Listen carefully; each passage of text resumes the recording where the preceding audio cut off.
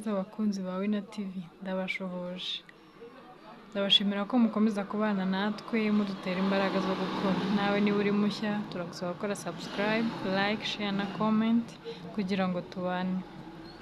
Mu gihe tugitegereje igice cya gatanu cy'inkuru y'urukundo agira amata na Bruno, reka mbabwire iyi nkuru irangira.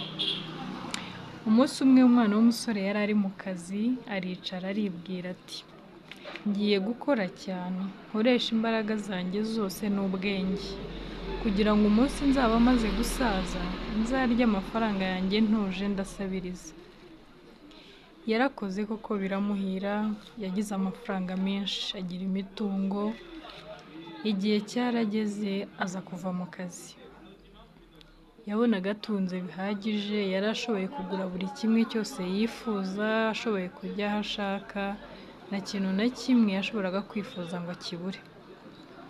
Umunsi umwe yari yasohotse yicaye ahantu yishimira ubuzima, aravuga ati ubu ntacyo mbuze, ngiye kwishimira ubuzima, ndya icyo ntariye, nambara icyo ntambaye, njyaho ntigeze njya, kuko ubu ngubu rwose ndifite.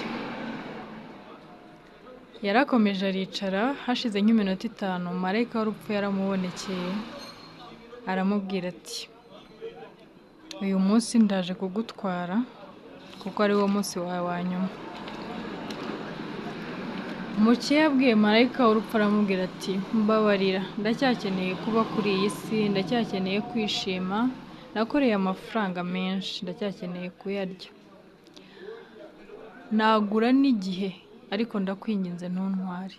Marayika w'urupfu yaramusubiza ati sinzi amafaranga, icyo nzi cyo nuko igihe cyawe kigeze ugomba kugenda. Umugabo mu gahinda kenshi yaramubwiye ngo mbabarira, umpe isaha imwe nsezere kuri iyi si, nsezere umuryango wanjye, inshuti n'abavandimwe n'abantu ndaheruka. Marayika aramubwira ngo winkerereza tugende. Umugabo arongera aramupfukamira aramubwira ati ndakwinginze umunota umwe, nandike urwandiko, nandikira inshuti, abavandimwe n'umuryango ndetse n'abantu nkunda. Marayika w'urupfu aramwemerera. Undi yaratangiye arandika ati nshuti muryango wanjye, bavandimwe nkunda, mwishimire igihe mufite mugihumeka, nta gihe cya nyacyo kibaho. Ubu sinabasha no kugura isaha imwe mu butunzi bwose nakoreye kugira ngo mbashe kubaho. Ubuzima ni buto, ishimira igihe cyose ugihumeka, kuko ibyo wifuza kuzakora mu gihe kiri imbere, icyo gihe uzaba utakiriho.